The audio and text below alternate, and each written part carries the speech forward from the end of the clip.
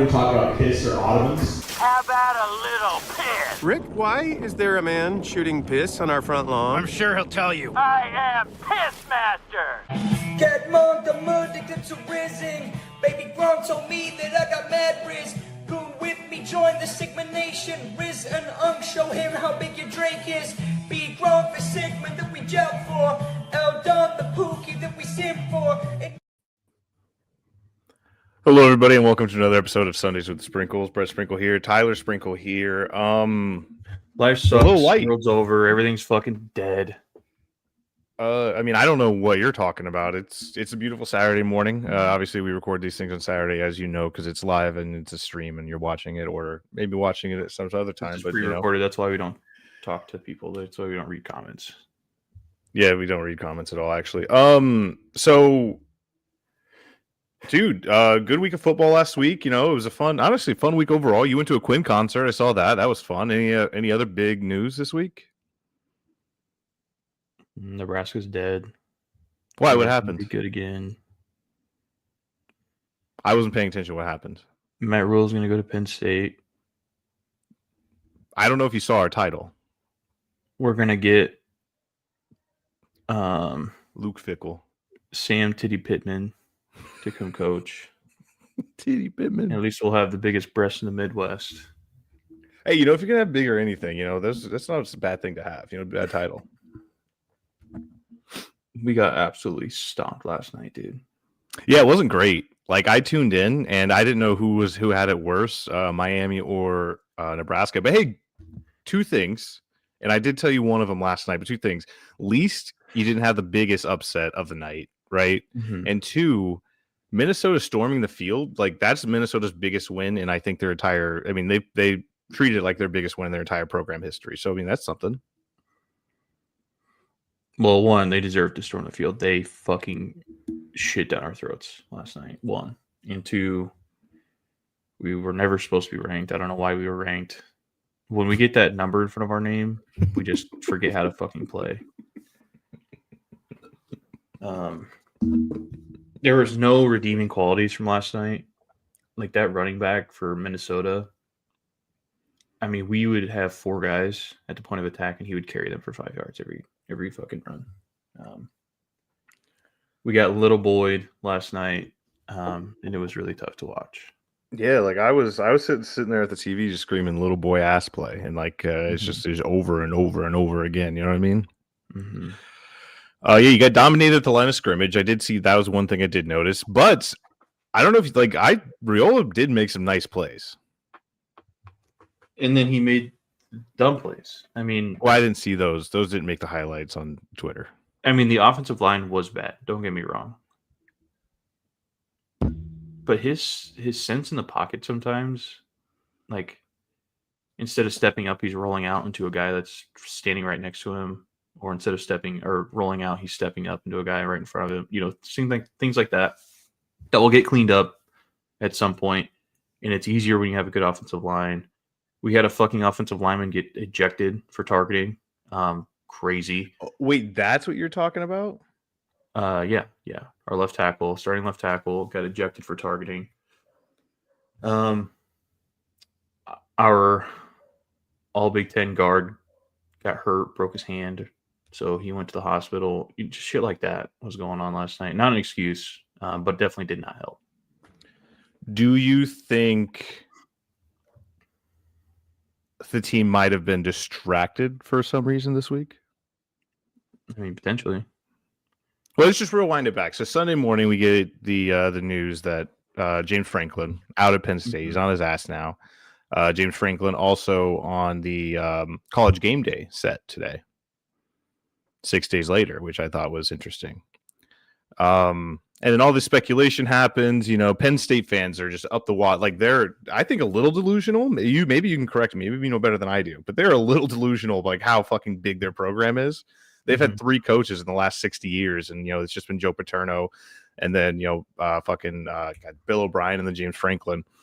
But yeah, they had the shopping list. They thought they were going to pull Lane Kiffin from Ole Miss. You know, they thought Cignetti, there's a lock. Indiana locks up Cignetti. Matt Rhule definitely did not leave the door open, according to you. correct? He did it on Monday a little bit.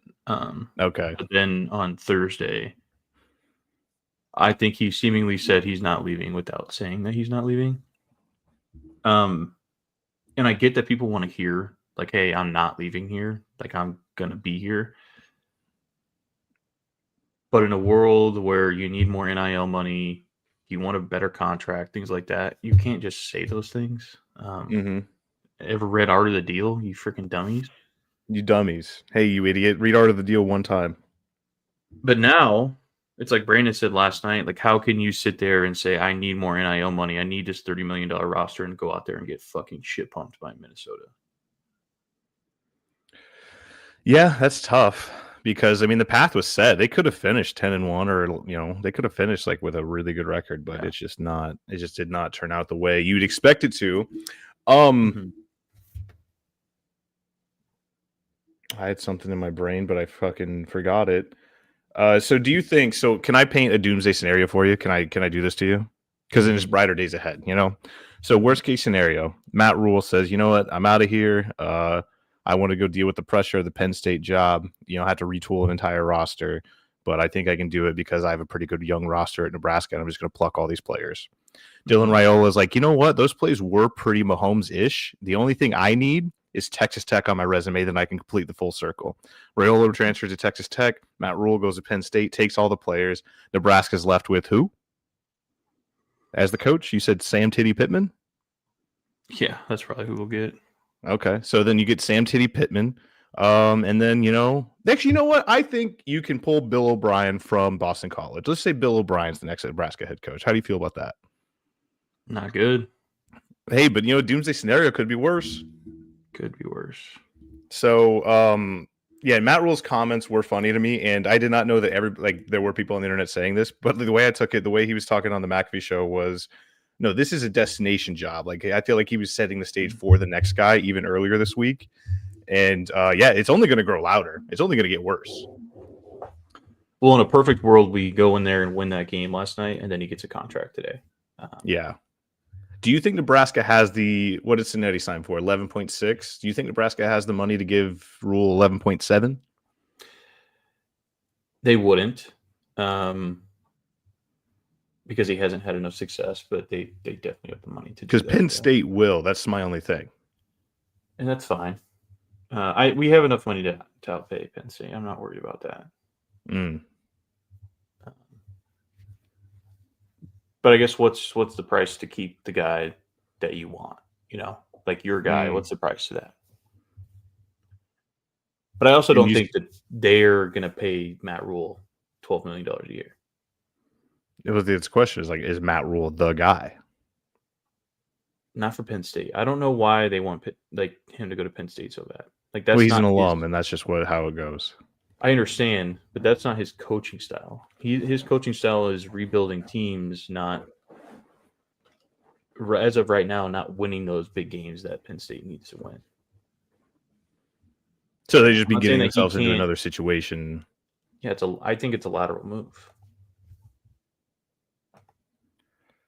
Oof. JH, Rhule is a fraud, 70-14 through 3 seasons. He did go 19-19 during his 3 years. That's correct. I also have not been beating the Matt Rhule drum, but I do think that he's the right guy for Nebraska. Okay. Hey, as long as you think that's all you need, moving forward. So that means it's definitely not going to hurt when he leaves, Yeah. Yeah. I mean, it'll just be the same thing. We talked about it. This can't be a stepping stone job. It's a destination job. Matt Rhule said it's a destination job. And in this circumstance, I don't know if you can really say that he used Nebraska as a stepping stone because of all the other factors that come along with him going to Penn State, if he were to go to Penn State. But it doesn't look good for Nebraska, I don't think. So can I paint another doomsday scenario for you? And this one might actually happen. So you know how you're coming into town Black Friday? Yeah. You know how Iowa, Nebraska, I think pretty much I think they're the same record right now, right? Each have 2 losses. Yeah. Doesn't matter. They come down to the end of the season. Nebraska is right there on the fringe, Iowa, Nebraska, Black Friday in Lincoln. You're in town. I pick you up from the airport. We go straight to the bar, and then we just sit there for 3 hours and watch a field goal battle. And then Dylan Raiola throws a heartbreaking interception. Iowa seals the game, and then everyone leaves after that. Do you think that's a possible? How scale of 1 to 100? How possible do you think that is? How likely?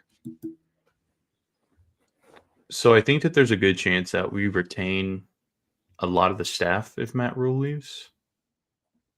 So I don't see everybody leaving. I think there would be some key guys that leave with Matt or because of Matt. In spite, I don't see everybody leaving. Okay. But you haven't talked about the Iowa on retaining staff. I mean,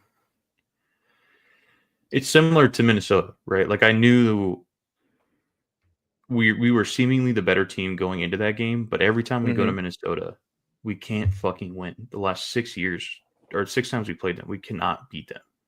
Yeah, I remember your bachelor party. What a fucking disaster that was.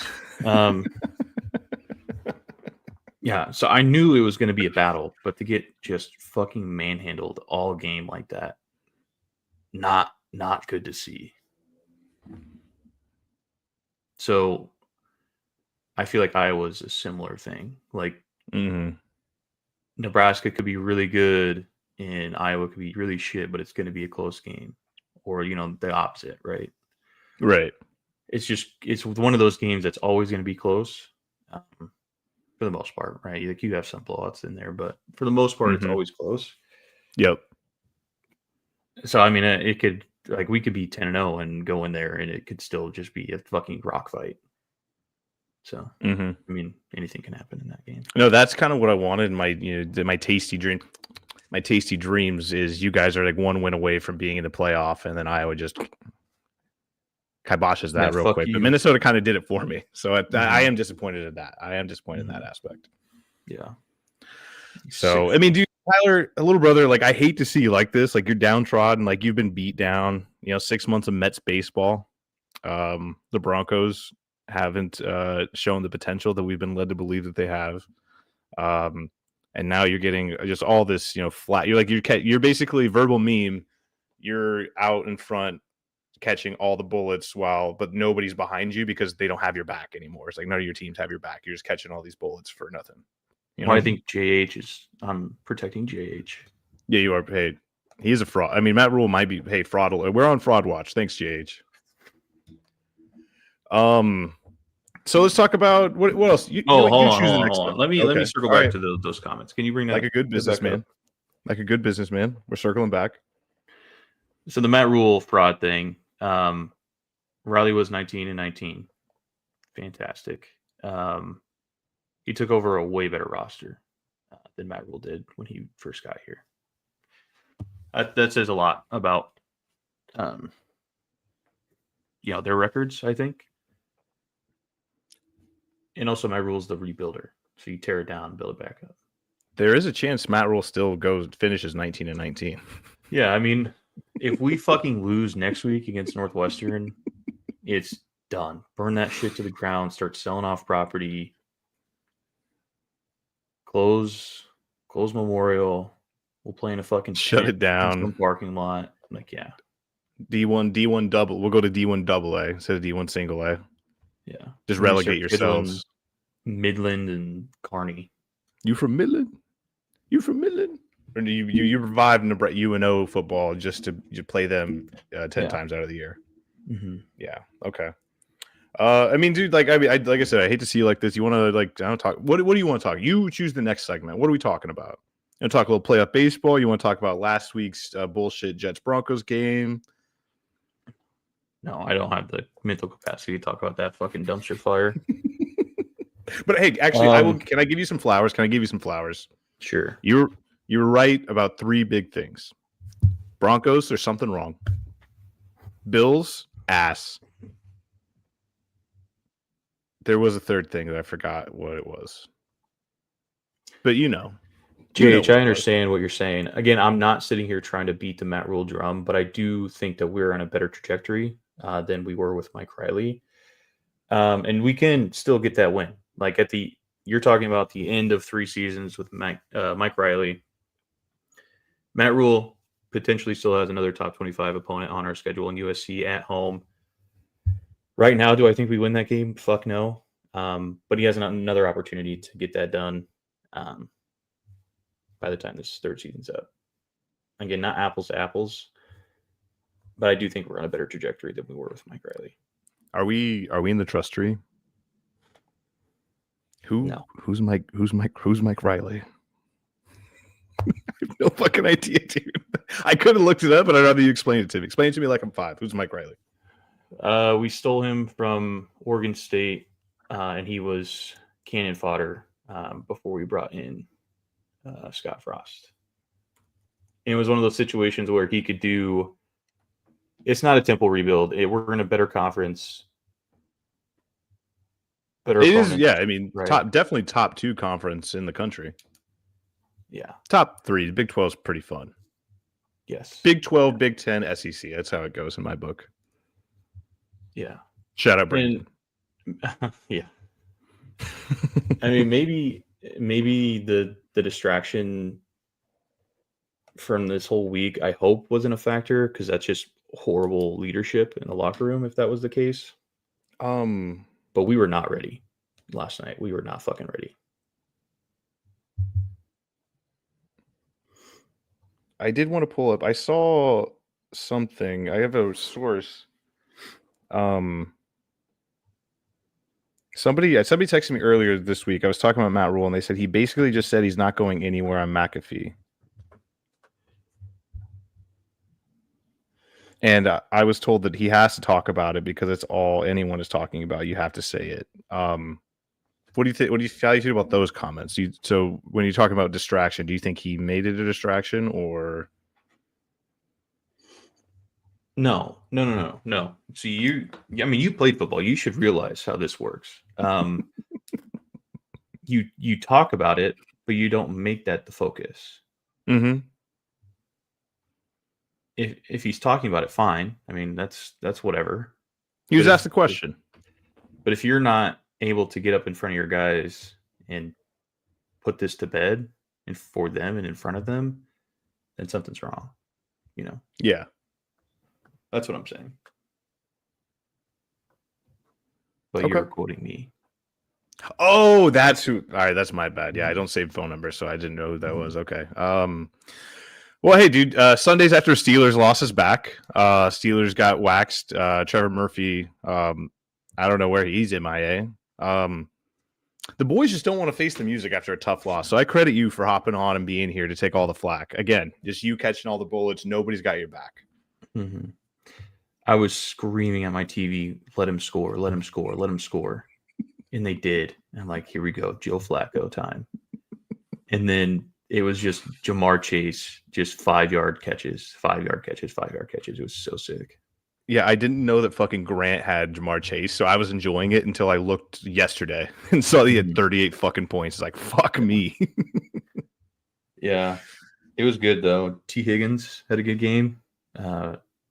Would have loved for him to score that touchdown, but I'm glad that he didn't, because they were just able to kind of want the clock out. Yeah. Well, I mean, Aaron Rodgers still got it, though. That Hail Mary almost got, like, that was kind of exciting. But who won the game? Who's got it better? The Bengals. Yeah. The Joe Bengals. Flacco's better. So do you see a path for, who do you think has a better trajectory, a path to winning the division right now? The Bengals or the Ravens? Ooh. Well, Lamar, you can't ever count Lamar out. I mean, I have to assume Lamar's back. Their bye week is this week. I have to assume Lamar's back next week. I have to assume that. When does Joe Flacco get back? Is Flacco? I'm just sorry. Joe Burrow, QB2 on that team. I don't know. When does QB2 get back? If he's done for the season? I think they said maybe if they make the playoffs, he'll be back. Ooh, okay. I didn't realize that. I thought he would be out until maybe at least late November, but I didn't realize he's done for the season. If he does come back, it'll be real late, I think. Okay. But the Ravens need to get healthy quick, because the offense sucks, but that defense is poo butt cheeks right now. No, yeah, they can't. I don't think they can lose another game. I mean, they obviously can down the line, but they need to go on a winning streak first, and then then you can drop one, because right now it's just bad vibes in Baltimore. Being 45 minutes away, I could smell the stink from here. Yeah, and you have the benefit of playing the Browns. You have the benefit of playing the Steelers twice. But the Steelers aren't an easy win. No, they're the division leaders right now. It's just I know how much Mike Tomlin loves to go 9-8, and that game on Thursday proved it. Anything's possible. Seemingly, the Bengals aren't an easy win anymore either. Not with fucking Lord Pretty Flacco Jordy. Lord Pretty Flacco Jordy.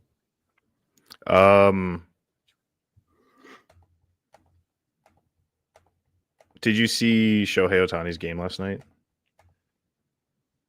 Yeah, it's hard to be mad at that. Like that's that guy. I know it's so awesome. He's so good. He's so awesome, and I want to love him, but I'll never forgive him for taking Francisco Lindor's MVP away from him, and all future MVPs, because he literally is built to win MVPs, and it's so goddamn annoying, especially when he's pitching. When he's throwing and hitting. Yeah, but he's damn good at it too. What a fucking game! I mean, that one that almost left the stadium was so sick. And then the best part to me in that game was striking out the side and then coming up fucking Donner right away. That was so fucking cool. He said, "I'm about to just put the team on my back quick, and I'm just going to do this shit myself." No, dude, I've never seen a guy just like, it's not that he rises to the moment. He literally is the moment. Like, you know what I mean? Like big, if something big happens, it's because he created. Like, it's so. Like I go back to that time. It was bobblehead night. You know what I mean? They were doing the opening intro of the game. Showing this opening scene. Shohei Ohtani steps at the plate, first pitch, dong. Like, he literally is just built for the moment, built for the big moments. I've never seen anybody be able to do that and live up to the hype so often and so consistently. Well, and the crazy thing is, he was having kind of a shit postseason.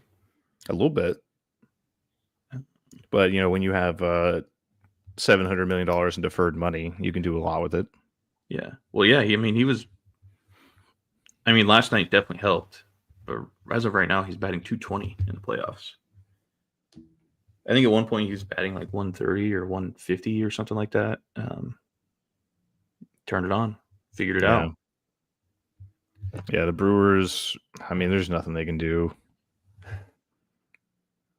Just ran into a buzzsaw. That's a super young team. A lot of talent, but it's just like when you're going up against the Dodgers, it's. But we do have one exciting series. I love that series. I want that. Mariners, the Nerds, and the Jays. For the rest of my life. That series is so sick. Yeah, it's fun. A lot of fun players. Like, even Vladdy Jr. having fun out there. Like, it's fun. It's nice to see the big dumper doing his thing. Like, great pitching performances left and right. Max Scherzer, I didn't even realize he was. I thought he was still injured. Like, I didn't realize he was on the bump. They didn't have him on the roster for the Yankees series. They added him for this one. Who do you? Go ahead. 2 questions. Who do you want to go to the World Series, and who do you think has the best chance to beat the Dodgers in the World Series? I want the Nerds to go to the World Series. I think the Blue Jays had the best chance to beat the Dodgers. Just because fighting firepower with firepower, I feel like the bats are better in Toronto. And plus, I don't know, for some reason, home runs just feel different in Toronto.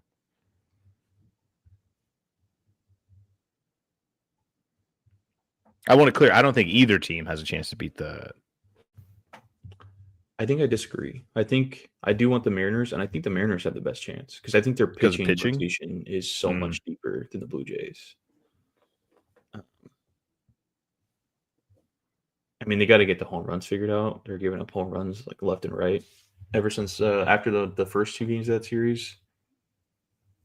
But also, don't sleep on the power of Cal Raleigh, Eugenio Suarez, Josh Naylor. Who was it? Polanco. He was a big star in that last series that they had. Randy, Julio. That team's good. I don't know. It's just I think this is just bias, like from the past. The Mariners are always kind of a disappointment at some point, so I just expect them to let Mariners fans down one last time. So I just I don't have any faith in them. How funny is it that the Mariners are back before the Mets are? I mean, last year the Mets were kind of back. We didn't go to the World Series, buddy. I mean, neither are the Mariners yet.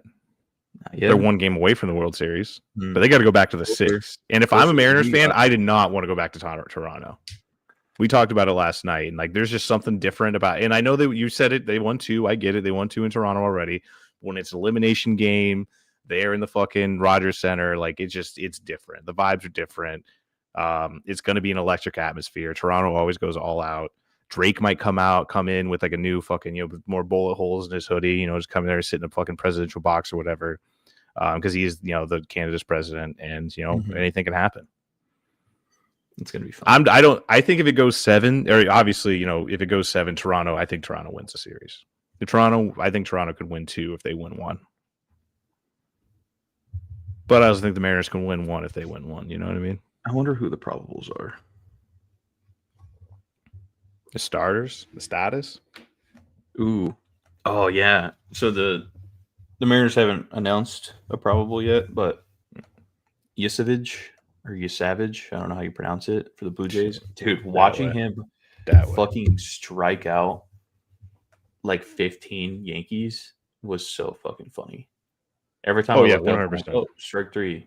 Oh shit, strike 3. I think he had 10 in 4 innings or something. It was nuts.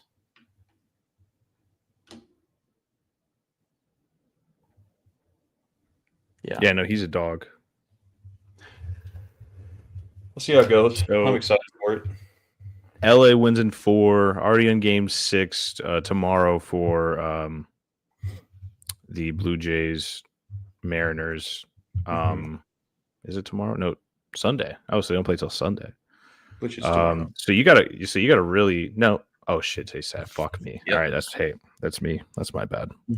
Hand up. So you really you might have a Rust type situation going on. No, I don't think so. Yeah, I don't think so. I mean, you think the Dodgers will lose focus? No. Isn't it insane that the last team to win back-to-back was the Yankees, in 99, 2000? And I mean, it was kind of a similar situation where the Yankees, paid their way to a World Series, and the Dodgers essentially paid their way to the World Series. Like, don't get me wrong, the infrastructure there is good. Like they have a good farm system, but it's the money. It's the money. And the Dodgers are the reason. And the Dodgers are the reason there's probably going to be a lockout, because, this is going to be just more example for the MLB to say, yeah, no, we need a salary cap because we need to instill a salary minimum type shit. I have a couple questions. One, how would that even work? Like, would it be a scaling cap? Like, you have to just shed money, get to trade players away, but then who can afford these players? I wonder how that's going to work. Yeah, because you got to think about some of the deals that have already been signed too, I guess, right? So I don't know how that'll work. And then, I mean, it's just going to be locked out for 6 years. Like, the players are never going to agree to a salary cap. Like, it makes no sense for them to do that. Well, I think the superstars are never going to agree because they want to get paid. But I think that when you introduce a salary minimum, when you introduce like all those other things for the players who aren't going to be superstars, who aren't going to be playing a long time, I think there's a lot of incentive there to sign on. But that's why I think there's going to be lockouts, because the MLB is going to try to do this, and there's no fucking. I agree with you. And how do you answer all these questions? That's not getting solved in 6 months worth of negotiations. There's so many things you have to do. It's like then you have to work. Like, do you have to look at service time now? And instead of 6 years, team gets 3 years of control. But then you got to worry about, like, okay, well, you maybe have changed the Rule 5 drafts, to where players enter the Rule 5, draw early, so that way teams don't force players to stay down in minor leagues longer, so they can have them during their prime, all that type of shit. You know what I mean? There's all these questions that are never going to be answered. So there's definitely going to be a lockout in 2027. I have no doubt about. Well, I wonder if the better way to handle the service time is, like, once you get to AA, that's when your service time starts. or AAA, Okay. something like that. Mhm. Because I don't see how you can add in a salary cap and then fuck everybody over. Like, oh, year 3, we got to fucking pay this guy now, and we Mhm. can't afford to, so we got to get rid of him. Uh, I think I maybe think that's a like better it's idea. something similar to NBA style where they have like bird years. They have certain like if you're with a team for a certain amount of time, you can sign them to an extra extension. Also go over the salary cap to a certain extent for those players who have been on your team as opposed to free agents who are coming in. You know what I mean? Yeah, So there's a way to do it, but yeah, I mean, there's so much money in the so much money. I mean, yeah, Juan Soto's deal alone like that would cripple a lot of teams. You know what I mean? Like, yeah, fuck, it might even cripple the Mets depending on where the cap ends up. But I think it's less about the salary cap and more about a salary minimum to make baseball more competitive. And I think you have to have both. I don't think you can have one or the other. I think you have to have both. So yeah. I think that's what it's more about. So yeah, just cap it at Yeah. like 700 million, but make the minimum at like Yeah, 100 they're gonna be million. like, oh, 2 billion is a salary cap, guys. Yeah. Worry. Hey, but the Mets are making some coaching moves. Yeah, I don't know if apparently you we got saw. the analytical god as our bench coach. Yeah, I don't know we're anything going with a about lot him. of young guys. His last name is Correa, and I kind of thought he was. I thought he was a Correa. I thought he was Carlos's brother, but I don't think so. I actually don't know. I didn't do any research. I was like, oh, is that Carlos's brother? And I just dropped my phone and started doing something else. Yeah. So there's that. So I mean, we're making moves. I'm more interested to see who we get as our pitching coach. And we have Spring 2 hats hitting are back, dude. coaches. Good. So No, if the other one's a dumbass. we had that last year, I'm pretty sure. Oh, I mean, we had a hit. Yeah, we have a hitting coordinator and a hitting coach. I think, right? Swing coordinator, hitting coach. Yeah. I think a lot of teams have that. I don't know. And now they're talking about trading for Scooble, and That I'm excited about. I am too. It sucks, dude. It sucks. You Because we don't kind of know these prospects. You no, don't no, know. no, no. And all right. I'm speaking just for things that we know about, right? Like we traded 2 months of Javier Baez for seemingly a fantastic center fielder. And what do we need so badly right now? A fucking center fielder. Yeah, Granted, it was like a couple years after, I understand it's not as black and white as that. But that damn, wasn't this dude. current regime, though. I get it. Yeah, I get it. But hey, also traded Jared Kalinick. Yeah, and he's ass. He's mega ass. I don't think he's on a team anymore. Drew Gilbert did have a moment in San Francisco, which I thought was kind of funny because he had that really hot streak in September, which would have been nice to have on the Mets instead of fucking Cedric Mullins broke ass. Yeah. I don't know. I get you can't just hold on to every player that you have. I completely understand that. But I'm so invested in the Mets and I get so invested in these prospects. And it's not healthy for me to do this. Mm-mm. And you definitely always get the star over a potential star. Like, oh, we don't know what this guy's going to look like. I get that. I completely understand that. But there's just something so romantic about bringing a guy up and he's just fucking awesome. Yeah, I'll give you the best advice somebody gave me, and this was like a while ago. It's like about like it's I feel like the same advice goes. Like when you're talking on dating apps, you start messaging somebody for the first time. It's like they're not real people until you see them in the pros. They're not real prospects. So just like don't get too attached. Don't get too attached too early. You know what I mean? Mm-hmm. Like Jet Williams, yeah, he has a fucking awesome name. Doesn't mean he's gonna do shit in the fucking MLB. But then again, if we trade him to the Tigers and he becomes an all-star for the next 10 years, that'll suck. That'll hurt. Well, and like Carson Bench, seemingly everything that I read and hear about him, he's going to be awesome. Yeah, getting rid of Jonah Tong would really suck because I think he's going to be great. I think he's gonna have a short shelf life, but he's gonna be awesome for like 3 years. Why is that?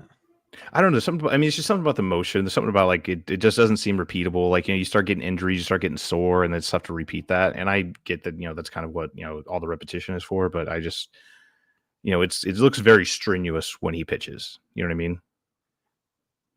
And it works for him. Don't get me wrong, it works on for him. everything but his arm, though. It seems like he really uses a lot of his body, and not necessarily to his generate arm. a lot of momentum towards the plate. Yeah. Yeah. Which So actually, that's a good point. It might be better for him in the long run, but it looks really hard to kind of replicate. Like when he gets tired, you see it. And he's young, right? Like he's not. Yeah, of course. Ready to throw, 120 pitches, but and it helps that he's like kind of small. Like he's not putting a lot of weight on his body because he's thinner, similar to Jacob deGrom, right? Like he's tall but really slinky. skinny. Yeah. But we saw how that worked out, injury wise. The GOAT. I don't know. I'm excited, and I want to see these guys come up. And I get that the service time and all that shit. But dude, we're struggling. Fucking, you don't want to ruin a guy's career by bringing him up too early. But I don't think that necessarily exists anymore. Like, bring him up. If he stinks, send him back down. Hey, no worries, man. We tried it. You're not ready, and that's okay. But you got to try something. Like, we can't. I mean, we did in our field. Center. Like, I feel like position players are different, but we called up 4 different pitching prospects at the end of the season just to try to get us into the playoffs. So I mean, that happened. Yeah. But like when you have hitters and stuff like that, position player stuff. Like you can't watch Patrick Mullins bat 120 for 2 months and be like, yeah, we're ready to go for the playoffs, guys. No, Stearns dropped the ball. Stearns dropped the ball heavy this trading deadline.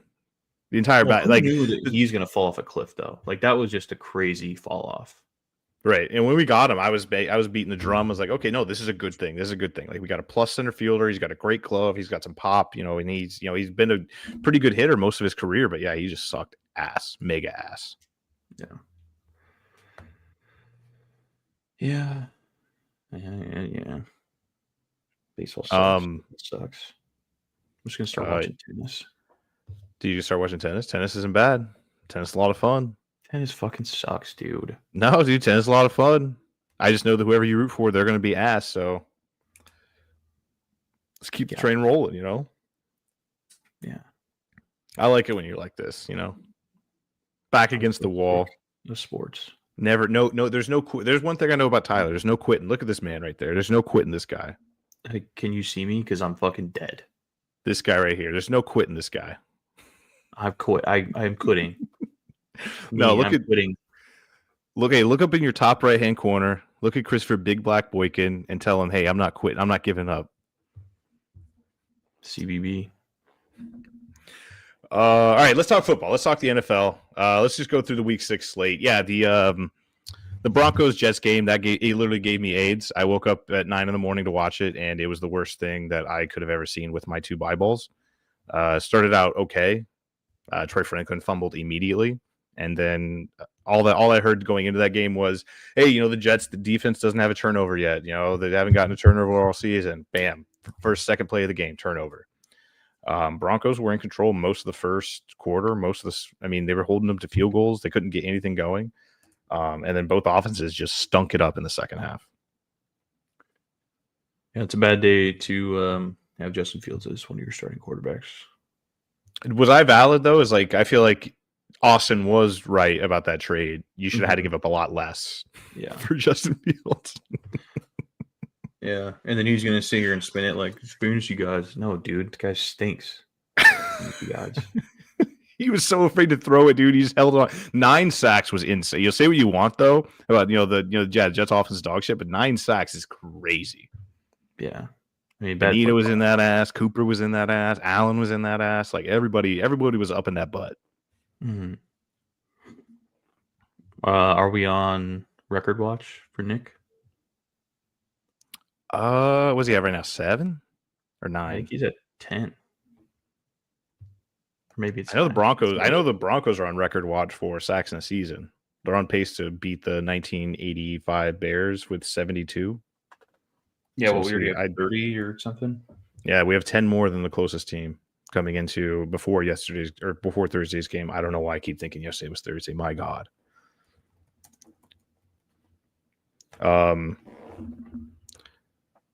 He currently has 8. I'm going to pull. Yeah, 8 sacks this season. Damn. Okay. How the hell did I miss that? Well, he's going to get 2 this week, so that's what you were looking at. Well, no, wasn't he at 7 and then he got 2 sacks last week? I'm a Pro Football reference, so he had 1 last week, 2.5 against Philly, 1.5 against Cincinnati, 2 against LA, 1 against Tennessee. 8. Huh. Okay. Sounds good. I mean, sorry, it sounds like you're really disappointed in that. I just thought I thought he had more. Oh well. Mm-hmm. Panthers might be kind of good. I know the Cowboys stink, but answer this: do Cowboys stink or the Panthers good? The Cowboys defense stinks. They're so bad. They're so fucking really bad. bad. My God. But their offense is really good. If they had even like a top 20 defense, I think they'd be winning a lot of games. Mm-hmm. I mean, Micah Parsons needs to be given the MVP right now because as soon as he left, that guy, I mean, that defense just went down off a cliff. Hey, they got Kenny Clark though. Yeah, they did. Hey, they did get Kenny Clark. Shout out Kenny Clark. Dowdle only ran for like 150 yards against them. Was that a revenge game for Dowdle? That's what people were saying, but I mean, I don't know. Sure, why not? Okay. Let's see. No, sorry. He only had 183 yards. He didn't have 220 like he did against the Dolphins. Oh, well, that's good. Dude, I beat fucking Brooks' ass in fantasy football last week. My God. And two of my biggest stars didn't even do anything. Like Puka Nacua and Garrett Wilson didn't do shit, and I still put up 190 on them. Thanks for letting me keep DeAndre Swift, by the way. I appreciate you. Hey, you real one for that. Mm-hmm. You're welcome. Mm-hmm. What's wrong? Why so glum, Plum? I'm so sick of sports, man. And unfortunately, I've made it my whole personality, so I can't just give up. Oh, all right. You know, it's not your whole personality. You like Quinn too, you know? Yeah. Quinn XCII. Yeah. Oh, let me show you this real quick. Uh-oh. Well, as Hatter goes and gets that. Gonna run through just some more scores here. Dolphins Chargers was actually a fun game for me because Ladd McConkey, that score at the end was pretty great. Are you back? Yeah. So we got an unreleased vinyl. So this song is an unreleased song from 2013, one of his first songs. Mm-hmm. And this is a new song from the new album that was unreleased. So we got 2 vinyls. They're good. It's funny to listen to him like both these songs because he sounds so much different in 2013 as opposed to now. Mm-hmm. So we got one of them signed. And I said, I'm going to keep this one sealed. So whenever he gets really big and dies, I can just sell it. Ooh, yeah, did he make buku bucks? Hell yeah. So you said you were worried about, you were nervous about meeting him. You said never meet your heroes. Did he disappoint? Well, I didn't really get to talk to him a whole lot because Sophia was kind of leading the charge on that one. I noticed. Yeah, I saw her kind of grandstanding a little bit. She was hopping around and everything. Yeah, I was like, he's paying more attention to her than Tyler. It's crazy. It was her experience too. I'm glad she got to have fun and meet him as well.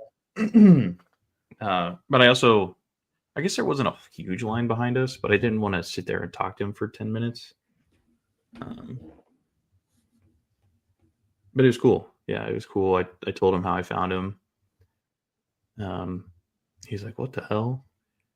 Wait, how did you find him again? In 2015, I was watching a Call of Duty montage from 6. Oh, that's right. And he was the song in the background. Yeah. Talked about the Tigers. And it was the day after the Lions Chiefs game, so we talked about that a little bit. While he was on stage, I yelled, "Damn, you're a Big Ten beast." And he's like, "Who the hell just called me a Big Ten beast?"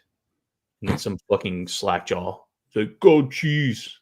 Fucking shut up, dumbass. I'm talking about Big Ten football right now. Wait, who's he a fan of in the Big Ten? Michigan State. Oh. Michigan State. Yeah. Ugh. Like T Grizzly. Remember Michigan State and all that happened? Mm-hmm. Hey, so can we do a break for a new segment? New segment alert. Brandon Shanahan, he said he's sorry he's not here, but he did give me a voice memo. It's 6 minutes long, so if you have anything to do, now's the time. Jesus. Here's so we're doing a reality TV show segment. Here's I'll just let Brandon. I'll let him do it. Show reality. How's the sound? Television expert Brandon Shanahan here. Wanted to contribute a segment. I apologize I couldn't make the show. We're going out of town. My wife bought us tickets to go see a college football game. Admittedly, at this very moment. Sorry.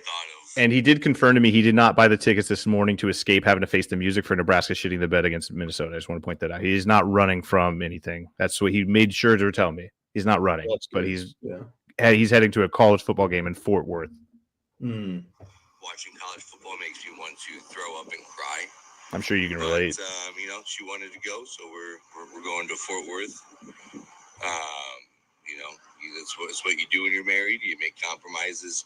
She wants to go to the football game. We're going to the football game. I have no interest in college football or football in any capacity, actually, at this stage in the game. But I do have interest in Love is Blind. We're just a few days ahead of the infamous wedding episode where we get to see if all of the couples make it to the altar. I have a couple of predictions. Spoilers, dude. Spoilers. Yeah. By the way, have you ever watched Love Is Blind a day in your life? No. No, I have no idea what the fuck he's even talking about. But our listeners might. Yeah. So we got to this is a preview. No, this is a preview. This is a preview. Well, I have a look ahead. He's going to start talking about couples. Gotta be. Hey, if you're in here and you don't want Love Is Blind spoiled, leave now. All right, I think they're gone. Yes, the altar. I mean, we've obviously lost already a couple of. Obviously. With Nick and Annie.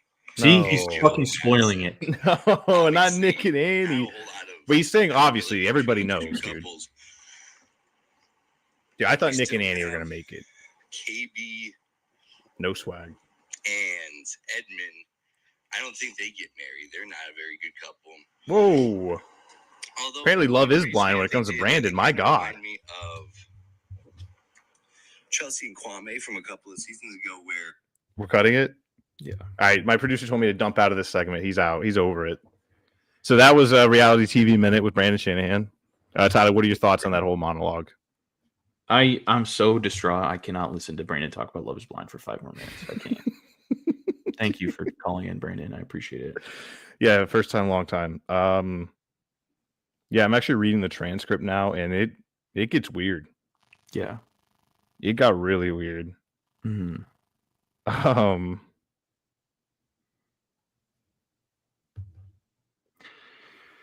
Very good, very good. Oh, spoiler alert! He thinks nobody gets married. Okay, I can do from the transcript. He thinks nobody gets married, so we'll see if he's right about that one. Just like he's been right about, I'm sure, so many things before. Mm-hmm. Do you want us to keep talking about last week? You want to look ahead to next week? What do you want to do? You want to turn the page? Is it turn the page time? I think it's turn the page time. Oh, wait. Before we go, I need to give my flowers really quick. Okay. I told you the Bills stink. They're not good, dude. They're I told not you. Good. I've been saying this for weeks. Are we worried? Are you worried with how I kind of am? Are you worried with how good Drake May is? I kind of am. No. He's been playing better than Bo. Yeah. And I'll defend my guy till the death of me. I wanted Drake May so bad coming out of the draft. Obviously, not in a position to get there. Thanks, Rhule. Yeah, not good. Not good that we didn't get our guy in Drake May. I mean, we did get our guy. Finally, so we got our guy. Finally, one of these UNC quarterbacks hits. I've been on the UNC quarterback train for a while, and I'm glad that one finally went through. Just got to see one go in. Now it's gonna be a windfall. Every single UNC quarterback's about to get theirs, get their flowers. Yeah, but the Bills suck. I mean, I still haven't given up on Trubisky. I think there's still hope for him. Yeah, me too. Maybe they need to make the switch. Sit Josh Allen down. He got married, dude. He's useless. That is true. Jerry. Shout out Jerry. I mean, hey, dude, when he's right, he's right. You know. Baylor money line, huh? Baylor money line, but he's not talking about college football today. Yeah, college football doesn't exist. For those of you at home, Brandon Shanahan, star of our reality TV minute, just said Baylor money line. Yes. All right, let's stop. Yeah, you know what fucking bet I hit this week? What? East Carolina, Tulsa, over. That shit fucking was easy. Give me that money. Very good. I'm proud of thank you. Yeah, thank you. Yeah, I've been watching, like, you know, I work nights, so I just been tuned into ESPN, just watching all the college football. So I might be just college football expert now when it comes to shitty teams and non-Power 5 conferences. We'll see about that. So is it turn the page time? Do you have a book? Let's turn the page. That was me turning the page. All right, week 7 of the NFL. I mean, we already saw the Steelers get waxed. Shout out Trevor Murphy, who again is hiding from us for some reason. Oh, you're right. He's out protesting. That's what he's doing. You said that, right? Maybe. I don't know what he's doing. Rams Jaguars, sneaky, going to be a good game over there in London. I don't think so. I don't think that there's any shot that this is a good game. Well, it's like I don't think we've ever sent 2 teams with winning records over there at the same time, which is a crazy stat that I read this week. So that's interesting. But I think you're right. I think it's still just gonna be a dog shit game. Do you see where the Rams were practicing? Yeah, but they got there this morning or today. Yeah, that's not enough. This might be a lover in the sense where the Rams don't know what they're doing. They can't see. Like, they don't know what time it is. They're so disoriented. Yeah. I mean, you're probably right. Oh boy. I mean, unless it works. If it works, then I'll shut the fuck up. But this seems so silly to me. Well, also, I have to assume, like, practicing on a baseball outfield all week and then going super late on a Saturday, or I guess, you know, not leaving till Saturday has to be detrimental to something. Yeah, because like they had 2, they didn't even have 2 like halves of a football field. They had like one segment was like 20 yards, the other segment was like 40 yards. So I don't know what they were able to work on this week, but you know, hey, good, you know, kudos to them. Just really did not want to be in England at all. So shout out the Rams. Just fucking hates England that much. I'm taking the Jags in this one. You know what? Give me the fucking Rams.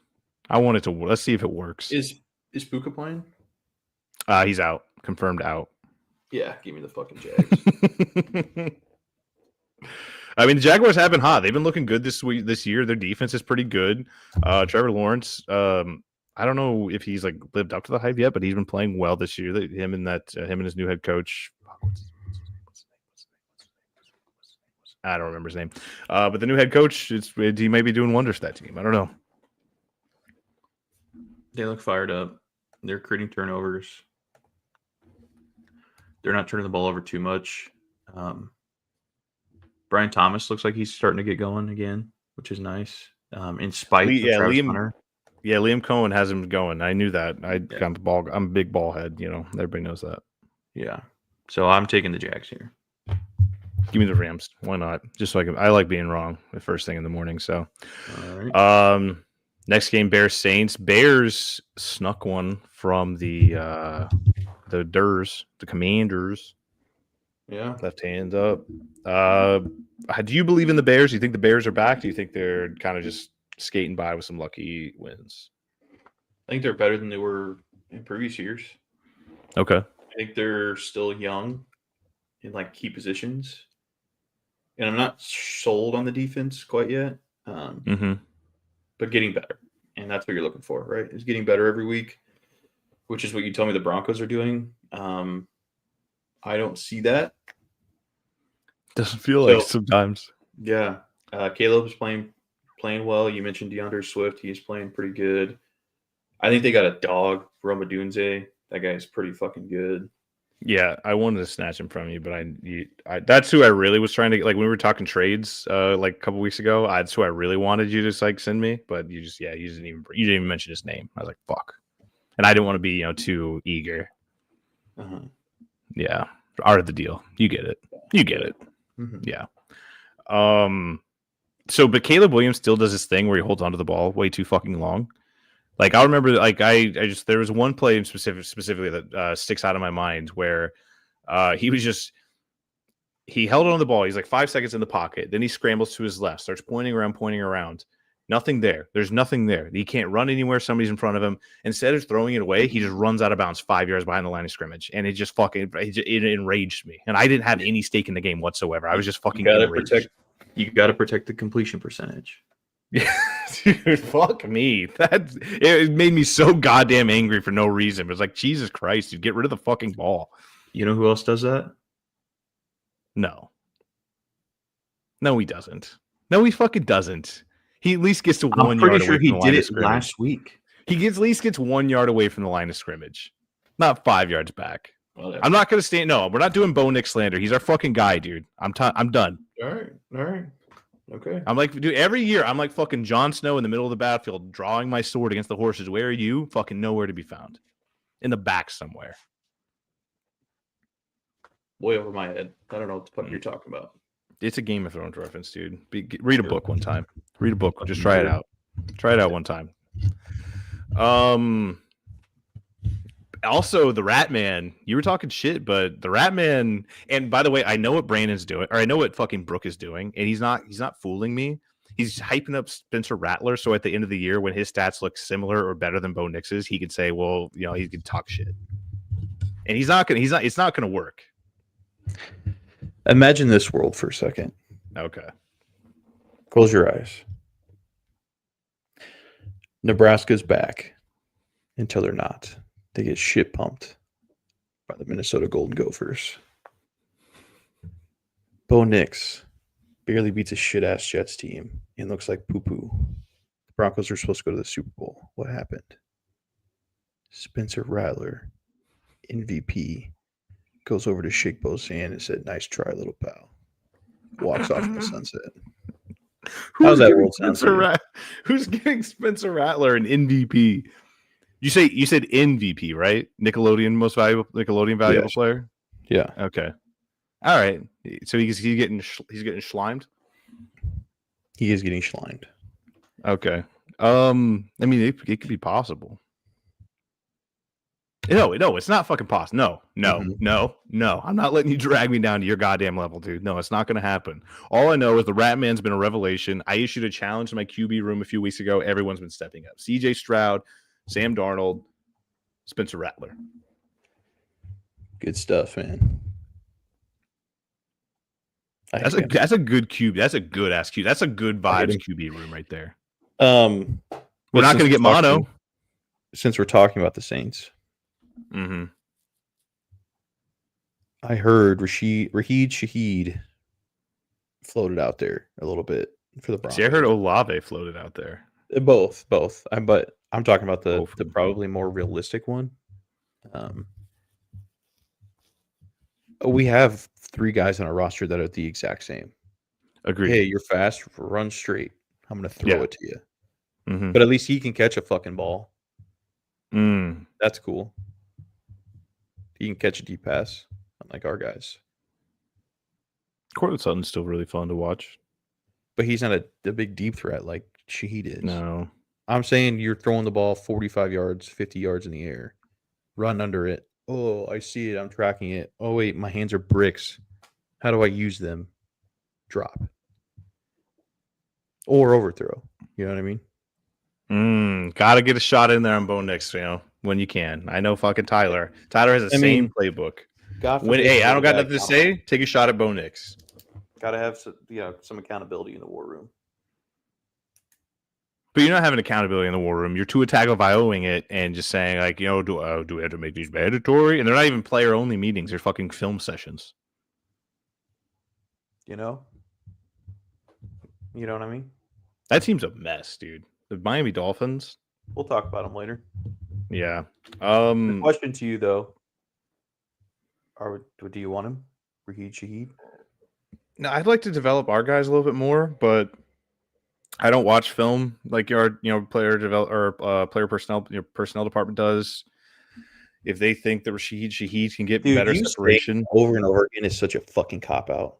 What? I'm so sick of that. No, I'm not. I'm not saying that. No, okay. I'm not trying to like. No, it's not what I'm doing. What I'm saying is, I would like to see us develop our guys. But if somebody thinks that we can, if he can be better than our guys, I sure go for it. But I don't see how it improves our team whatsoever.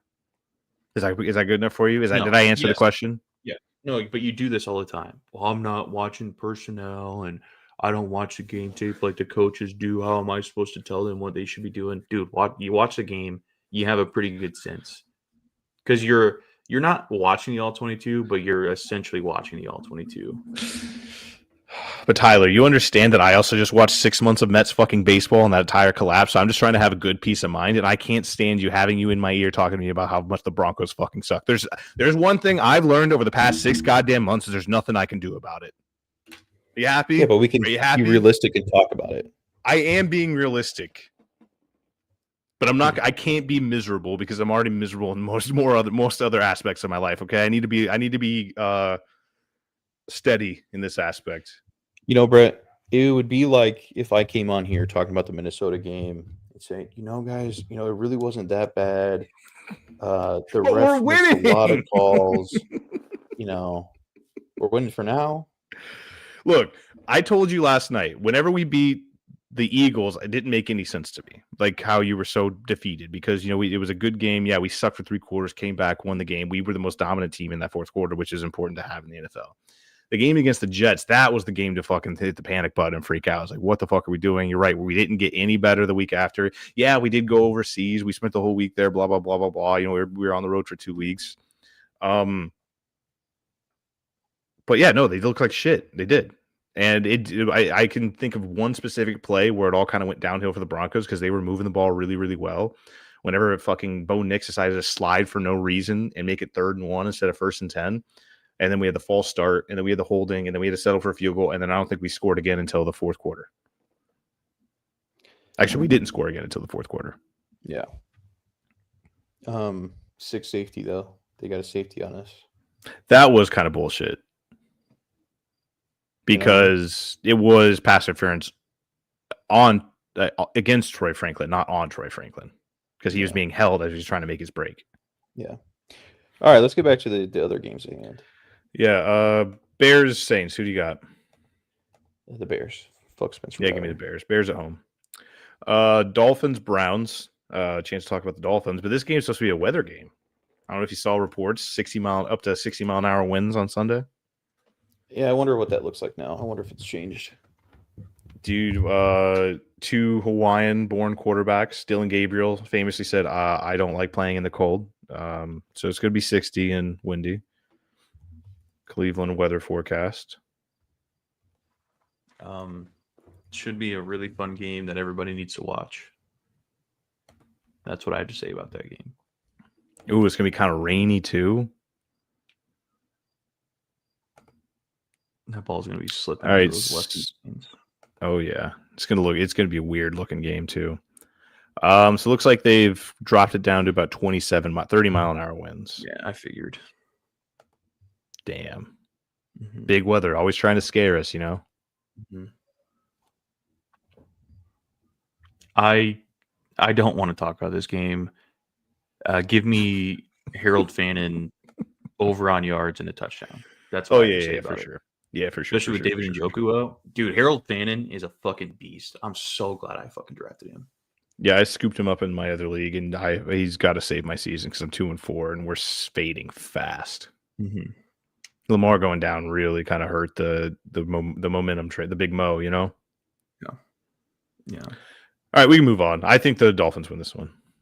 For some reason, I don't know why. I have no over on yards touchdown. No, That's no. what I Give me the just said. Browns. Give me the Browns. Give me the Browns. Give me the Browns. Lock it in. Browns. Cool. Raiders, Chiefs. Chiefs are back on their bullshit. Yeah, and aren't like 3 of the top receivers for Vegas out too? Yeah, I don't know. Yeah, is Bauer still out? Yeah, I think he is. So, Okay. Yeah. 4 He's of fucking the top 3. Or 4 of the top receivers. Chiefs. I mean, easy.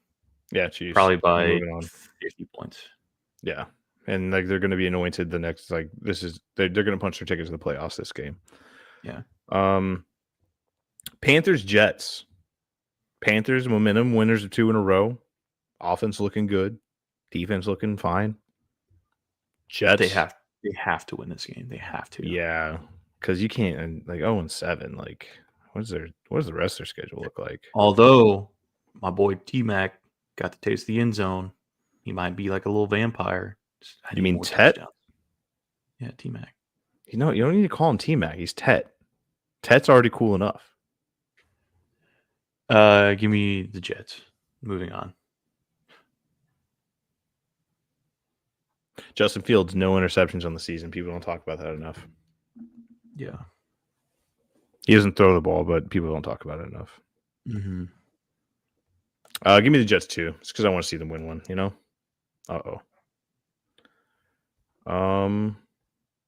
Titans, Patriots. Oh, Patriots by 100. Patriots by 100.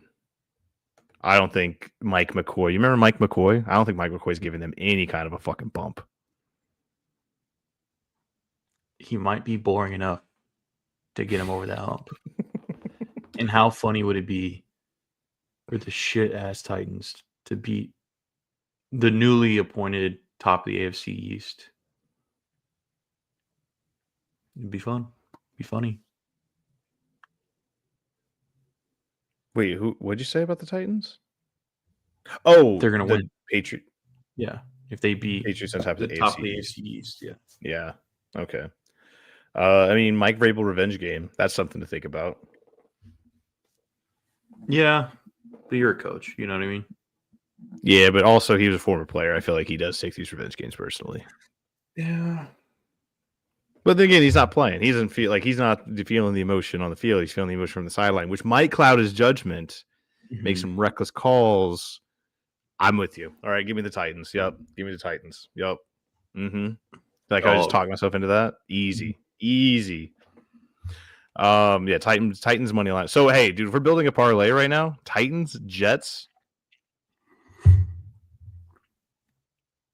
Bears, Jags. Titans, Jets, Jags. Yep, give me Titans, Jets, Jags. That's our parlay right now. All forgot underdogs, right? So are the Jags underdogs? Yeah. Dude, they're at home. How are they underdogs? I mean, at Eagles home in London. I know. I was just joking. But I mean, Jaguars. It's basically. I mean, they go to London all the time. They're a home team there. Eagle. I skipped over Eagles Vikings. How could I possibly do that? Dude, fucking Kevin O'Connell was at the game last night. Fucking motherfucker. Was he really? He was probably helping game plan. Oh, he probably was. Yeah. Yeah, he fucking hates Nebraska. Everybody knows that. Wait, why are you like fuck Kevin O'Connell all of a sudden? What's wrong with Kevin O'Connell? Man? Oh, he's just on the sideline dancing around, laughing. Fuck you. Just doing the gritty in your face. Yeah. Fucking jerk. Him and Justin Jefferson just taking turns. But if he's on the sideline at a Minnesota game, maybe he's just not locked in for this game. Or he's so unbothered by the Eagles. He's like, we're gonna beat them regardless. So I've been hearing a lot of discourse, and I think it's a little ridiculous. But I mean, is there something wrong with the Eagles? In my brain, they're Super Bowl champion. They just come off of 2 losses. It was a short turnaround. Yeah, there's some drama in the locker room, but there's always drama in the locker room with that team. But it's also Philadelphia, so the drama is kind of drummed up a little bit. Do you think this is a must-win for them? Yeah, I do. Because it's gonna get like they're on the edge of the cliff right now. If they lose this game, they're full gone. Like it's a 3-14 season. Yeah. Or 4-13 season. Yeah. Yeah, kind of like the Vikings in this one. Yeah, so I do too. Off the bye the week. way Is I JJ look, McCarthy playing? no, I don't think so. The way I look at the Eagles I was is never going to play. they want to run, and their offensive line is not playing well right now, so they can't run. Mm-hmm. So then they have to rely on Jalen Hurts, to throw the ball. It's not a winning formula for that team. Nope. So that's the way I look at it. And before Saquon has a 200-yard rushing game with 4 TDs. Yeah. I mean, that is all they're missing, like dead ass. They just need Saquon. If Saquon has one good game, this team's back. But I just don't see it happening. But they did get, I think they're getting their defensive back. What's his name? Quinyon Mitchell? Yes, Quinyon Mitchell. Thank you. So, yeah, you never know. We didn't think it happened. I like the Eagles. I think this is a get-right game for the Eagles, especially if Carson Wentz is playing. If they beat Carson Wentz here. Carson Wentz revenge game. People are talking about it. I just don't trust Carson Wentz enough to throw him, so I don't want to make it a revenge game for him. Moving along. Colts Chargers, the 5-1 Colts, AFC leading Colts, 5-1, going to LA to face the 4-2 Chargers. Chargers, big win in Miami against a stinky Miami team. They edged that one out, but it was a tough, gritty game. I needed them to lose that game. Yeah. Fucking They pulled it out, though. Dude, Ladd McConkey's awesome. He's sick. I mean, he hasn't been. Nope. Until that game. That's why I needed that game, because he's been kind of doo-doo. He's been stinky.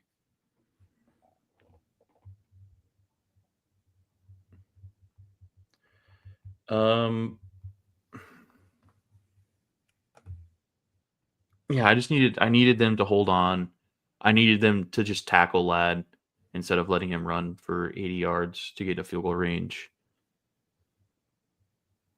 Darren Waller resurgence was not something I thought was going to happen this year, and here we are.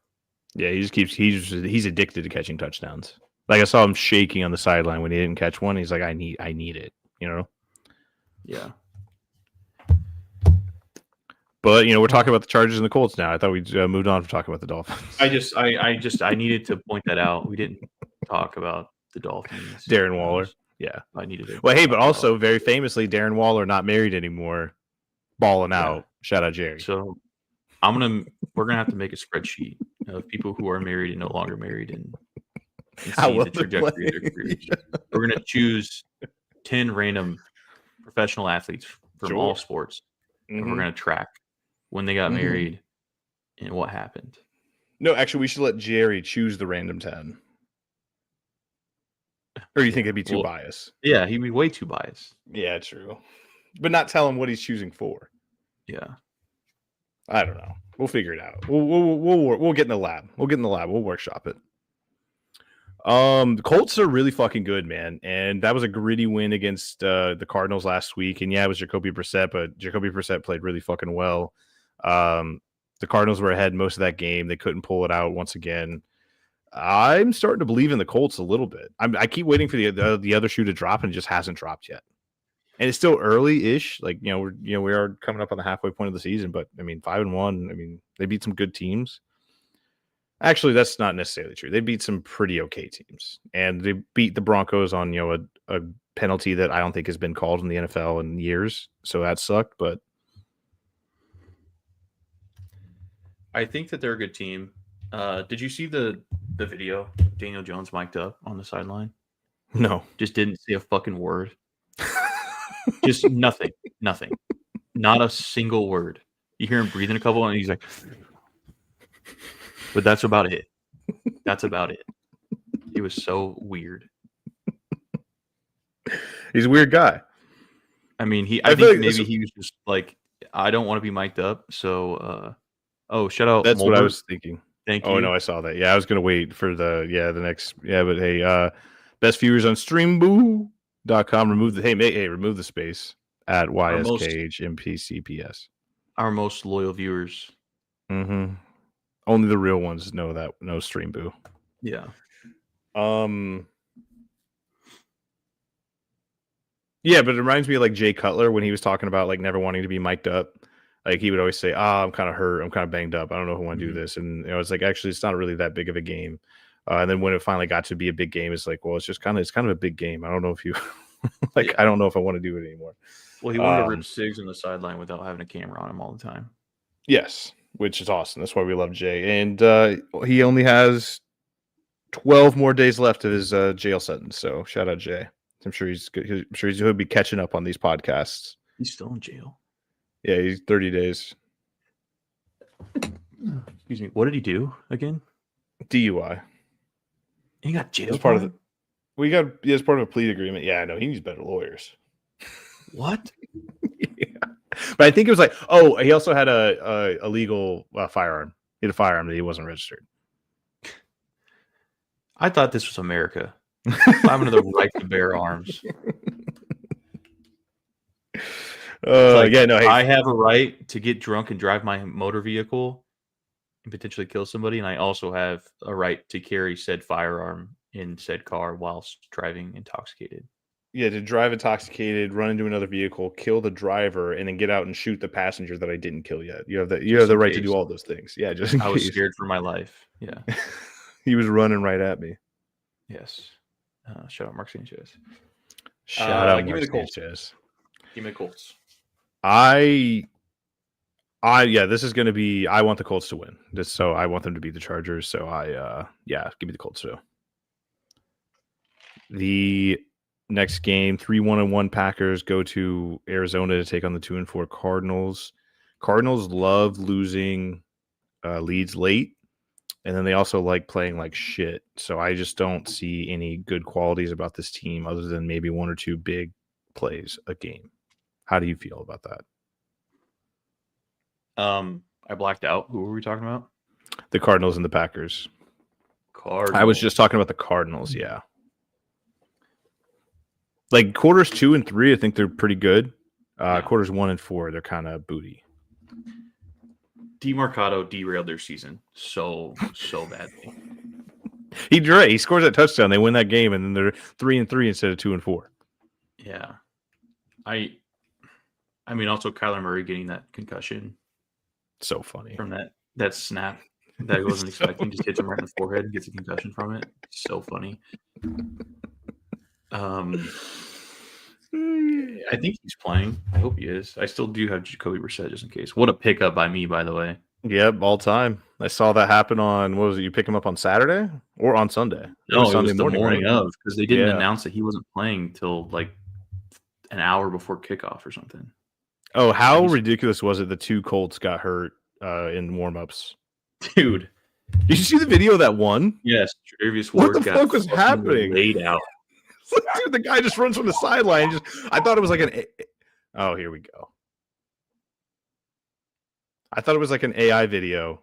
I thought it was like an AI video because he just literally runs from the sideline. Ward just running a route, just running like a fucking out route, just fucking nails him.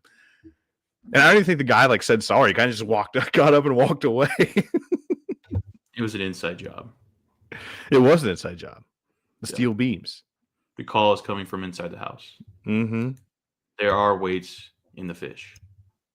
There are weights in fish. Dude, oh man, it's been too long since I've seen that video. Oh, that's in the rotation. There are weights in them fish. I'm a killer. I'm so mad. Last week, I got talked into going to brunch with Sophia and her friends. So I missed the last 7 minutes of the Broncos game. Okay. And then I got back over there around 2 to Trevor's house. And they just finished up watching, man, look at Greg Jennings holding this shit, though, dog. All that shit. No, you missed a moment. Yeah, you missed a moment. Actually, it was funny. I brought that back up a couple of weeks ago too. In my friend group, I was like, I don't know if you guys have ever seen this, but I'm gonna be watching this for a few weeks. Gumby, look. Yeah, shout out Demetrius James. Oh shit, it's Darius Sharper, one of the hardest hitting safeties in the league. Fuck it, touchdown. Oh, great fucking video. If Brandon was here, he could play this video for us, but he's not. And Yeah, that's I fine. don't want my internet to blow up. Go look it up. Yeah, go look it up. Yeah, Greg Jennings. Wait, what's it called? Greg Jennings. Well, just look up Demetrius James on YouTube. Yeah, Demetrius James. Shout out Demetrius James. And Quan, so strong, bold and old, dog. Oh, no. Hey, Look at him dragging his fucking feet, though, boy. the fucking the beast quake. Get off me, Oh, little yeah. boy. Oh, my dude. Get off me, little boy. Hey, If bro, you've let me not, speak real heard of quick. Get off me, little boy. Better watch it. We'll just, yeah, please If go you haven't watch heard it. of Demetrius James, gotta watch him. Yeah, it's all time. God damn it. Fucking dragged off feet, dog. So yeah, forgot the Packers Cardinals. Packers, they came out flat a little bit against the Bengals last week, but I think they were just nervous with Joe Flacco on the other sideline, that rather. Mm-hmm. Still picked up the W, got it by, they were in charge of that game. I don't think they lost. The Packers are still a good team. I like the Packers in this game. You're forgetting that they do have a tie, so they are now inherently bad, unfortunately. I will say it does look really weird. Like the Cowboys game we're talking about next, and it looks really weird. Just the 3-1-1 and the 2-3-1 just right next to each other. I don't like it. It makes me nervous. Makes me anxious. Mulbert, how do you feel about that? Thanks, Mulbert.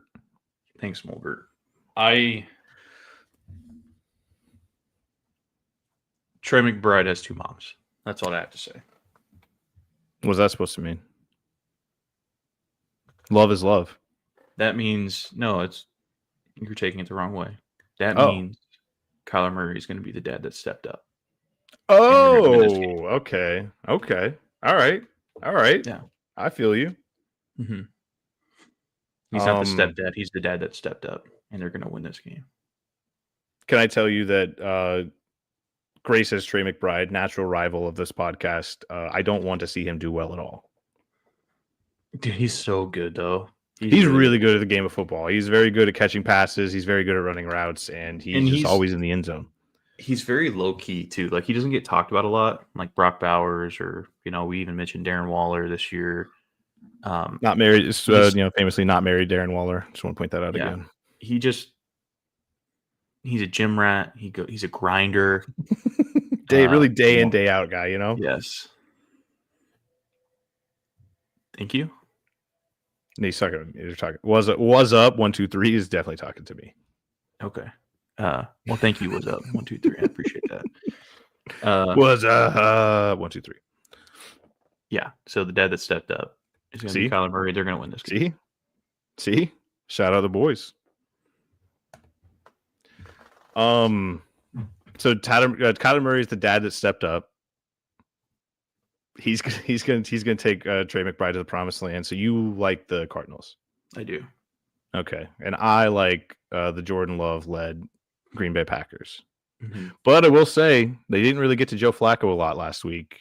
So Micah Parsons might be, maybe that trade didn't really work out for them. Who knows? Mm-hmm. And Kyler Murray can move. Kyler Murray can move. Joe Flacco cannot. Well, actually, hold the fucking phone. You know damn well Joe Flacco can move because that scramble literally got me out of my seat. I had to pace. I was pacing around. I was starting to sweat. I was holding in the loudest fucking Lord Pretty Flacco Jordy in my life. It was pretty electric. When I saw him scrambling, I thought they brought in like another quarterback. Like he was moving gazelle like. Yeah. A gazelle that just got mauled by a lion. Trying to get away. He's like limping and shit. He's dragging his fucking shit though. Look at him holding his shit. Yeah. Put the team on my back though, dog. What's up? We've seen the SpongeBob Suds episode. Yeah, I know Tyler looks like he has the suds. He can't help it. What does that mean? Yeah, it is. Okay, I'm sorry. Got astray. All right, moving on. The Durs and the Cowboys. Commanders 3-3. I don't know what that means. I don't either. The treatment for suds. Wasn't might have just stopped this. know. Yeah, it might have just stopped this podcast. Hey, thanks for tuning in, guys. I'm out. I'm gonna watch this episode really quick and try to figure it out. Hey, time out.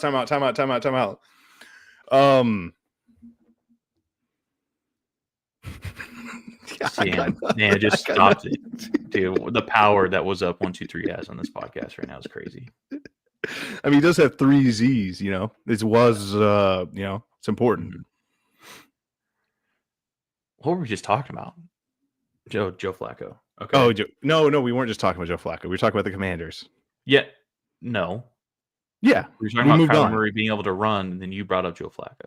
No, I moved on. We moved on. Okay, so we're talking about the Commanders. Sure. Yeah, we're talking about the Durs and the Cowboys. I think the Commanders need to win this one. If Jaden Daniels cannot move the ball against this fucking defense, there are problems in DC. Agreed. I think Bill has an all-time game. Career-defining game. See, I think another running back, former Broncos legend Javonte Williams, best running back in the league, Javonte Williams has an all-time game. How much do you think Brandon hates Javonte Williams? I don't think he hates him at all. Why do you say that? I mean, he hates any former player of any team that he likes. He's a spiteful lad, I'll admit. But I mean, he does nothing but praise his name every time he comes up. He has one misstep and it's done. It's over for Javonte in Brandon's eyes. He's just waiting. We got rid of him. See, this guy's a fraud. He's just waiting. He's just waiting in the bushes, just the weeds, as it were. Yes, I do believe that I think there is a sneaky part of Brandon that wants to see all former players or coaches of all of his teams to fail miserably. Because Brandon is in world all-time hater. One of the best haters I know personally. Oh, here we go. Bad dog, but hey, keep talking because the bad dog brigade's out. What are they even fucking barking at, dude? What do they ever bark at? What are they going to do about it? I don't know. You want to ask her? Yeah. Hey, everybody, friend of the podcast, PB Sprinkle, Willis Sprinkle. The people want to talk to you. Come here. We need to ask you some questions. You're a big guru. What do you bark? Hey, no. Hey, knock it off. Quit it. Look at me. Knock it off. Yeah, she knows. She knows she did bad. Why is she gray around her mouth, dude? What are you doing to her? She licks a lot. Give her just for men. Fucking even that shit out, bro. So she's not gray. It's like just discolored. Because she's just licking. Yeah. Mm-hmm. It's like one of the McPoyle twins. Yeah. Okay. Goodbye. Or one of the McPoyle's sister. Yes. What are we talking about? Commanders got to win. Yeah, this is a must win for the Commanders. Also must win for the Cowboys. But I just don't trust them at all. Dak's having a pretty good season though. That offense is really fucking good. CeeDee Lamb's back this week. I do think it was longer than 45 seconds. Yes. What? Are you ripping SpongeBob right now? Is that? Are you dueling? Are you dueling? Are you doing dually screens? SpongeBob on one, SWS on the other.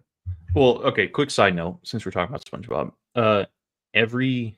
I guess it's around Christmas too, but every Halloween or every October, YouTube, or there's a couple channels on YouTube that just constantly, like 24/7, have episodes of Scooby-Doo and episodes of SpongeBob.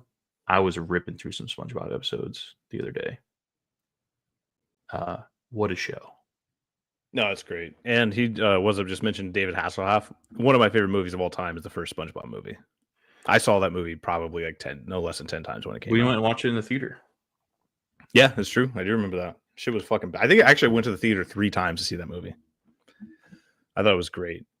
Dude, you know what show I just watched the movie I just watched the other day? Scooby-Doo and Zombie Island. Oh, that's a great one. Great fucking movie, dude. But the best one, Witch's Ghost. Yeah. Yeah. The Hex Girls, I mean. Mm-hmm. I found my sexuality with Hex Girls. Down boy. They put a spell on me, if you know what I'm saying. Down boy. My wand was ready to go, as some would say. All right. Next game, please. Give me the Commanders. Falcons, Niners. Actually, no, sorry. That's the Sunday night game. Let's go to Broncos, Giants. The Demaryius Thomas game. Shout out DT. I've been seeing so many heartwarming stories about him, and they make me kind of want to be emotional. But I'm a man, so I swallow it down and bury it deep. I read one this morning from James Palmer. I think I read that one too last night. Yeah, you can go ahead. The discourse online is fucking insane. It's insane. It's about DT. It's about everything. Nick Benito's ACL when when the Giants play the Broncos, Jonathan Cooper's ACL, Jackson Dart's ACL. Everybody's tearing their ACL if Twitter had their way with it. Fucking nuts. And then I saw people start saying, "Where's 88 at?" Stuff like that. That's fucked up. Yeah. So I don't know what happened, how this started. Well, I know how it started. Jonathan Cooper started it, and in some weird way. Well, you say he likes to do dances. He does like to do dances. It's insane what's happening on the internet right now. For somebody who only has one career 200-yard passing game, Jackson Dart, I mean, he talks a lot of shit. And this is his fourth start. Chargers, Saints, Eagles, fourth start. Yeah. So 1 out of 4, not bad. Or no, 1 out of 3. 1 out of 3. Yeah. Last time they played on the road wasn't great for the Giants. 5 turnovers and 5 drives. That's Dude, tough. that when he tried to take off running, he just the ball just dropped out of his hands. It was such a funny thing. He's like, where'd it go? Yeah. But I mean, Scadaboo's electric. Like, I do love me some Scadaboo. I'm going to start him in fantasy. I have a working theory about him. Okay. They need to study how much Play-Doh he ate as a child. And I'm thinking that the Play-Doh found its way up into his cranium. And there's a buffer between his skull and his brain. And that's why he doesn't get concussed whenever he goes head first into literally everything. But do you think that kind of messes with, his capacity to think things through whenever he's about to do stuff? Like I'm not saying he's unintelligent. I'm just thinking he doesn't think things through all the way because it has to go through all that Play-Doh. So there's just a little bit of a delay there. He just does it. Hey, I'm gonna run headfirst through this guy, and then after he does that, he's like, "Oh wait, maybe I shouldn't do that." You know what I mean? I think that makes for a good running back sometimes. No, yeah, it's great. I don't think. Just hold ball, and just run through this motherfucker's face. I mean, I know he was with Arizona State last year. He played well all last year, but my experience with him was in that Texas-Arizona State game, and he was just electric. He was awesome. So, yeah, there's clips. I think he was at Sacramento State before he went to Arizona State, and him returning an onside kick and just dragging, I think it was 4 players into the end zone. The guy's a fucking monster. Yeah, he's only 210 pounds too. He's not the biggest guy in the world. He just doesn't care. Mm-hmm. He's every once in a while. He's a Labrador Retriever. That's what he is. See ball, get ball, end zone. I love it. I mean, don't get me wrong. There is a culture thing going on in the Giants that they haven't had, and I want to say fucking honestly ever. Even the Eli years, they weren't this exciting. They didn't really have this much swagger, but they were consistently winners. That's fine, but they just have a lot of swagger right now. I don't think we talked about it last night, and you said you think it's going to be a close game. I said I don't think the Giants are that good right now. I think the Broncos have a better roster. I think the Broncos have a better team. I think it's DT weekend, so there's going to be a lot of emotion going on in that building. I kind of think the Broncos blow them the fuck out. I think it's a 35-14 game. Wan'Dale Robinson, Pro Big Red, is going to fucking have a game this week. Against who? Against Riley Moss. No, Riley Moss is gonna get burnt, and then there's gonna be an offensive penalty. It happens every time. Riley Moss leads the league in getting burnt during offensive penalties. Okay. Like clockwork. But it's funny seeing the stats with Riley Moss because, yeah, he is the most targeted because nobody wants to target Surtain. So whenever QBs are completing passes, it's usually over Riley Moss. And you think, well, this guy fucking stinks. No, it's just like literally, I mean, they call plays specifically to target him.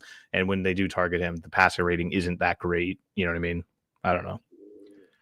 Riley Moss, I think we could do – I think – are there better cornerbacks in the league? Yes, but I think Riley Moss does a really good job with how much action he sees. Yeah. Yeah, I don't think Riley Moss is a horrible player. But I think and when I say this, I don't mean it the way that I'm saying it, but the downfall of Pat, like he was so great last year. I mean, any step down from that, like you can't hold that forever. But that's really hurt Riley Moss because you have to start sending a guy over the top of Surtain, leaving Riley Moss one-on-one in a lot of these situations. And also our fucking inside linebackers being so shit, you have to bring one of the safeties down to the box to help out. So Greenlaw's back this week, though. That's going to be huge. That's going to be huge. They said that? I mean, he's off the IR. I assumed he was playing. Yeah, I mean, he might play 10 snaps. I don't know if he's going to play that much. All I know is I didn't think he was real 3 weeks ago, and now I'm just happy to hear his name again. Yeah. So that'll be a big help. Yeah, I mean, they cut Sam Ehlinger for him, so I assume he's going to have a big role. I mean, you're right. Maybe he might not play that many snaps, but he's definitely going to be suited. He's definitely going to suit up, so we'll see. Who do you got in this game then? I guess give me the Broncos. I feel good about it. Okay. All right. We're at 90 minutes, so we should be done with this. So let's speed run these last 3 games. Sunday night, Falcons, 49ers. Falcons might be for real. Bijan Robinson had a fucking all-time. I mean, the Falcons offense just played really fucking well. They beat the brakes off of the Bills. But according to you, the Bills aren't that good. So was that win really all that impressive? No. Okay. I don't think so. So you still need to see. They still need to prove it. Mm-hmm. If they beat I don't even think they're going to have Mac Jones. Is Brock Purdy going to play? Oh, I hope it's Adrian Martinez. Oh my god, I hope it's Adrian Martinez. I swear to God, they'll sign fucking Phillip Rivers for fucking Adrian Martinez plays. Oh, dude, Brock Purdy's not going to play. USA Today Sports via Yahoo Sports says 49ers started to miss Sunday Night Football versus Falcons. So what's Mac Jones doing? I need Adrian Martinez. I need it. Mac Jones looks like will play. But Mac Jones will start Sunday night. Yeah, this is via Pro Football Talk 8 hours ago. So as of this morning, Mac Jones starting. I like the 49ers. I think the 49ers are a good team. Yeah, 49ers. Especially being back. Oh, dude, actually, can we talk about Baker Mayfield for a second? I guess we can hear it because I think that's the next game up. But he was, Lions, Buccaneers, there's 2 Monday night doubleheader again. Lions, Buccaneers. Baker Mayfield's fucking awesome. Yeah, he's great. I mean, imagine if he, like the Browns were able to get him in that draft. Oh, dude, I know. Like it's like a kind of a passing ships, closing doors thing. You know what I mean? It's like, who did they take in that draft? I can't remember. I think Baker went in number 1 overall, right? So who had the number 1 overall pick? I think it was the Browns. Wait. Oh shit, they did draft him. Oh, but they got. They have another franchise quarterback, right? I saw they signed somebody. Didn't they make a big trade? Yeah. They give a lot of guaranteed money to somebody. I haven't. Damn. Oh, well. But yeah, Baker Mayfield's awesome. Yeah, Baker Mayfield's tight. Yeah, really good. Like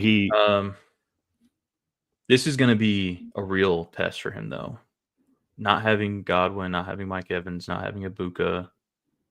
It's going to be interesting to see how they work in this game. I mean, he's he just kind of rips it. Like, who was the wide receiver he had on that deep route last week? Like, literally immediately. That was just the craziest 2-play fucking sequence I've ever seen. He scrambles for 15 yards or 18 yards, gets that first down through basically the entire 49ers defense. Very next play, just rips a fucking 50-yard deep pass to their rookie wide receiver, and it was just awesome. I can't remember the guy's name, but he did a cool backflip. Was it Tez? Oh, yeah, Tez then. Yeah. Tez Johnson. Should have been a Bronco. Bo Nix's brother. I thought Troy Franklin was Bo Nix's brother. Damn. I've been lied to. I've been sold a bag of goods. But Lions at home off a tough loss against Kansas City. They're going to come in. They're going to be ready to fucking go. I think the Lions take this one.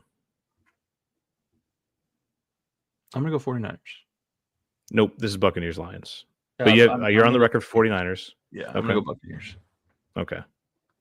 All right, last game, Texans, Seahawks. Seahawks at home, coming off a victory against Jacksonville. They're 4-2. Texans, their defense is really fucking good. Their offense might be, kind of starting to turn it up a little bit. CJ Stroud's had a couple of good performances back-to-back. They're fresh off the bye week, so, a little bit healthier, a little bit rested, had a lot of time to game plan. The Seahawks hate playing at home under the Mike McDonald era for some reason, but they love playing on the road. So do you think they're going to sleep in hotels before the game to kind of get that road feel going? Well, Brett, I hate to break this news to you, but they always do. So no, I thought home teams sleep at home. I don't think so. I think they always because they drive their own cars. They don't take a bus to the stadium, so it's just like I don't know. I think you're wrong. I think you're wrong. I hate to break this to you, bud, but I think you're wrong. I don't think so. But give me the Seahawks. Yeah. No, you know what? I'm going to go Texans. I think the Texans eke this one out. I think the Texans are better than the record says, and I think that their defense is really, really fucking good. Beautiful. But Jackson Smith and Jigba is awesome. I do want to point that out. He just takes the top off of every single defense. You can't play deep enough on him. I thought they were crazy for getting rid of DK. Boy, was I wrong. The best thing. Yeah, it turned out the best thing they've ever done. Yeah. And plus, that defense is really, Mike McDonald, defensive genius. Their defense is really fucking good. Like the Seahawks, this is not going to be, this is 50-50 for me, but I think the Texans take it. Beautiful. All right, that's it. Any good college football games we should be on the lookout for today? I haven't even looked, dude. I don't know. Nothing's good anymore? No, nothing. Food tastes bad?